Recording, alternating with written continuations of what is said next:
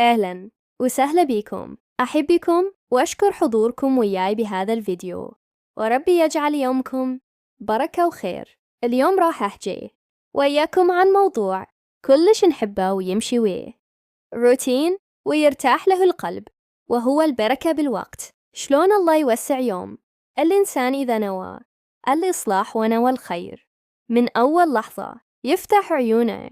أكو أيام نحس الوقت يركض وما نلحق نسوي شي، بس إذا ندخل نية صافية ونقول يا رب سهل يومي، بارك بوقتي، نلاحظ شلون كل شي يمشي بسهولة من غير تعب ولا ضغط. وإحنا نشتغل، نرتب، نغسل، ننظم ونكمل كل شي بطريقة هادية، كأنه اليوم صار أطول من المعتاد. البركة مو بس إنه الوقت يزيد، لا، البركة هي راحة بالقلب، هي طاقة تخلي الواحد يقضي أعماله وهو مطمئن، وهي شعور حلو يخلي أبسط الشغلات تمشي بسهولة من غير ما نحس بالثقل أو الضيق. وإني اليوم من الفجر بديت يومي بنية إنه ربي يدخل البركة بكل خطوة. نويت التنظيم ونويت الراحة ونويت القرب من الله، وشفت شلون اليوم صار سلس من بدايته. دائما نقول إذا نريد يوم موفق نبدأ بنية صافية، نقول يا رب بارك لي في وقتي وبارك لي في طاقتي وخليني أكمل كل أعمال اليوم على خير. وهنا نشوف التغيير الحقيقي، نشوف إشغال كانت تتاخر صارت تخلص بسرعة، ونشوف هموم كانت ثقيلة تصير خفيفة، ونشوف أنفسنا مرتاحين حتى لو الشغل هواي. البركة هدية ربانية ما تجي إلا لقلب صادق ينوي الخير وما يريد يتعب أحد ولا يظلم أحد. البركة تجي لمن يقول يا رب أريد أصلح، أريد أرتب حياتي، أريد أعيش يومي بدون فوضى ولا ضيق. وهذا الشيء ربي يحبه ويفتح الأبواب بسببه. وإني اليوم حبيت اطمن كل واحدة تشعر إنه يومها ما يكفي وتدوخ من كثرة الأشغال. ابدأي يومك بدعوة صغيرة، ابدأي بنية طيبة، وربي راح يبارك لك كل دقيقة وكل لحظة، وتشوفين شلون الوقت يتوسع عليك بطريقة عجيبة، وتشوفين نشاط ما كنتي متوقعة يصير عندك. وإحنا نمشي بيومنا ننتبه لنقطة مهمة كلش، وهي شلون نعمل وقتنا وشلون نتصرف وياه.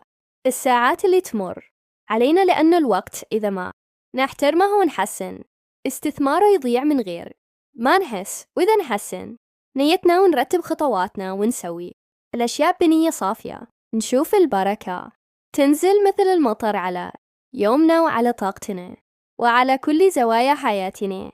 أقدر أقولكم إنه البركة مو بس نخلص شغلنا بسرعة، البركة تعلمنا نرتب أفكارنا، تعلمنا نركز على المهم، تعلمنا نترك الزعل والمشاكل اللي تاخذ من عمرنا بدون فايدة. لأن كل ما ابتعدنا عن التوتر وخلينا قلبنا هادي، كل شي يصير أسهل وأحلى وأخف علينا. ويمكن هواي ناس تقول لي شلون أضيف بركة لوقتنا، وأني دائما الانشغال دائما تعب. وإني أقولكم السر مو بالوقت، السر بالنية، السر لما نبدأ يومنا ونكول يا رب افتحها علي يا رب، سهل أمري يا رب، بارك بخطواتي. حتى لو بدينا يومنا بخطوة صغيرة راح نشوف أثرها على كل اليوم.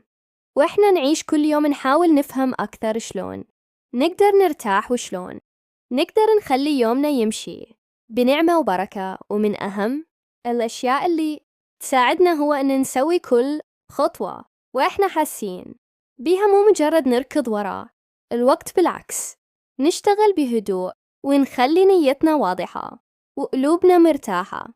مرات نشوف نفسنا تعبانين من كثر الإشغال، بس أول ما نوقف لحظة ونقول يا رب أنت المعين، يا رب يخلي اليوم خير، يا رب يجعل كل خطوة سهلة، نشوف تعب يخف ونشوف الشغل يمشي. لأن الراحة مو من كثرة النوم، الراحة من قرب القلب لربي. والقلب إذا هدى صار كل شي بسيط. ويمكن تحسون إنه روتين اليومي عادي، بس الحقيقة الروتين هو المكان اللي تنزل بيه البركة أكثر شيء. لأن إحنا نكرر نفس الأعمال، بس الفرق نية القلب. إذا كانت نيتنا رضا ومحبة وتقرب وإنجاز يصير. الروتين سهل ويصير اليوم منتعش حتى لو العمل هواي، وكل واحدة تحس وقتها يضيع بدون فايدة. نريد كلها ما تضوجين مجرد تغيير نيتك وتوزيع بسيط للمهام راح يخلي الوقت يهدى، وتبدين تسيطرين على يومك حتى لو كان مليان شغل وواجبات، لأن البركة ما تعتمد على طول اليوم، تعتمد على صفاء الروح. وكل ما نمشي بنهارنا نلاحظ شلون التفاصيل الصغيرة اللي نسويها بنية طيبة تصير لها قيمة أكبر وتصير جزء من البركة اللي الله ينزلها علينا. يمكن كوباية مي نشربها بنية النشاط تعطي طاقة، ويمكن ترتيب بسيط يغير جو البيت كله، ويمكن خطوة صغيرة تفتح باب كبير من الراحة. وياما مرات نحس إنه الدنيا مزدحمة أكثر من اللازم، بس من نقرب من الله وأن ننظف قلوبنا من الضيق نشوف الهدوء يدخل يومنا شوي شوي، وبدون ما نحس نلقى نفسنا نبتسم ونتنفس ونكمل شغلنا بطريقة أخف. لأن القلب إذا هدي صار الشغل حلو، صار كل شيء يمر بدون تعب، وحتى المسؤوليات الثقيلة إذا بديناها بنية صافية تنقلب خفيفة. وإحنا نشتغل نذكر نفسنا إنه كل خطوة نقدر نخلي بيها خير، وكل حركة نقدر نخلي بيها نية راحة ونية رضا، والنية إن الله يبارك لنا ما عندنا، وهي النيات تفتح باب واسع للسعادة. وإحنا نرتب يومنا نحاول نخلي زاوية صغيرة للراحة وزاوية صغيرة للذكر وزاوية صغيرة للامتنان، لأن الامتنان يفتح بركة كبيرة ويخلي الإنسان يشوف النعم اللي بين إيده، ويعرف إنه كل لحظة يمر بيها ممكن تصير أجمل إذا تعامل وياها بروح مطمئنة وبنية صافية. ويمكن أكثر شيء يساعدنا هو أن نتعلم نهدأ ونتعلم نترك الأشياء اللي ما تفيد ونركز على اللي ينفعنا، لأن القلب إذا مليان ضجيج الوقت يصير ضيق، وإذا القلب هادي الوقت يتوسع، ويحس الإنسان إنه يملك القدرة يكمل يومه بدون ما يحس بالضغط وبدون ما يدخل بدوامة التعب. وياما تصير مواقف بسيطة تغير مزاجنا بلحظة، لكن إذا تعلمنا نرد عليها بهدوء وبنية طيبة راح نشوف تأثير مختلف تماماً. هذا الشتاء ويمكن أهم يكون نقطة التحول نتعلمه هو أن يمكن أنت تنتظريها بنبرة يومنا من زمان، ونخلي بدايته أنت طول السنة رايقة حتى يصير مشغول منسجم ومريح حيران وتعبان. يمكن ما كان عندك فرصة إذا كانت تسمع نفسك مزروعة بنية خير ترتب أولوياتك، بس يمشي بكل الساعات اللي تيجي بعدها ولما ننزل نعطيك مساحة أو ومساحة الأطفال حتى ترجع تبني علاقتك كلها على إنها فرص حتى تحبي نفسك أكثر.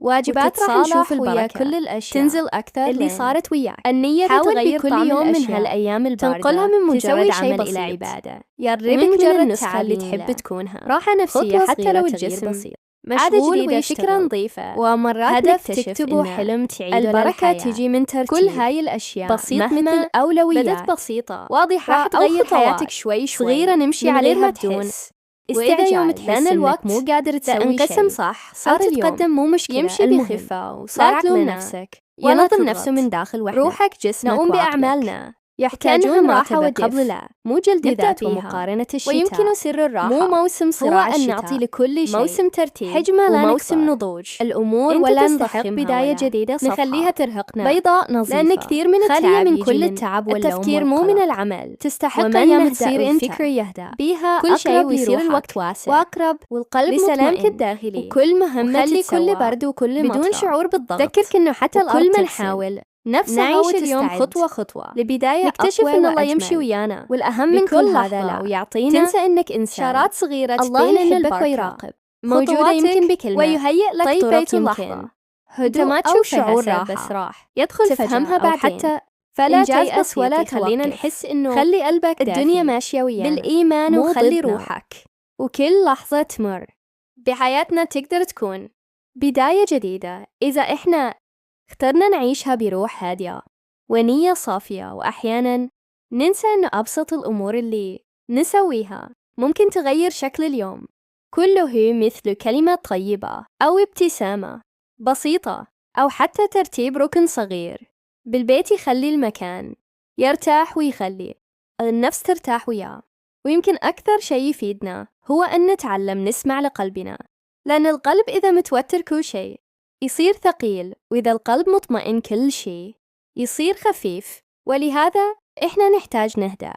قبل لا نبدأ يومنا نحتاج نركز على نعمة إننا نقدر نتحرك ونشتغل ونكمل يومنا مهما كان مليان شغل.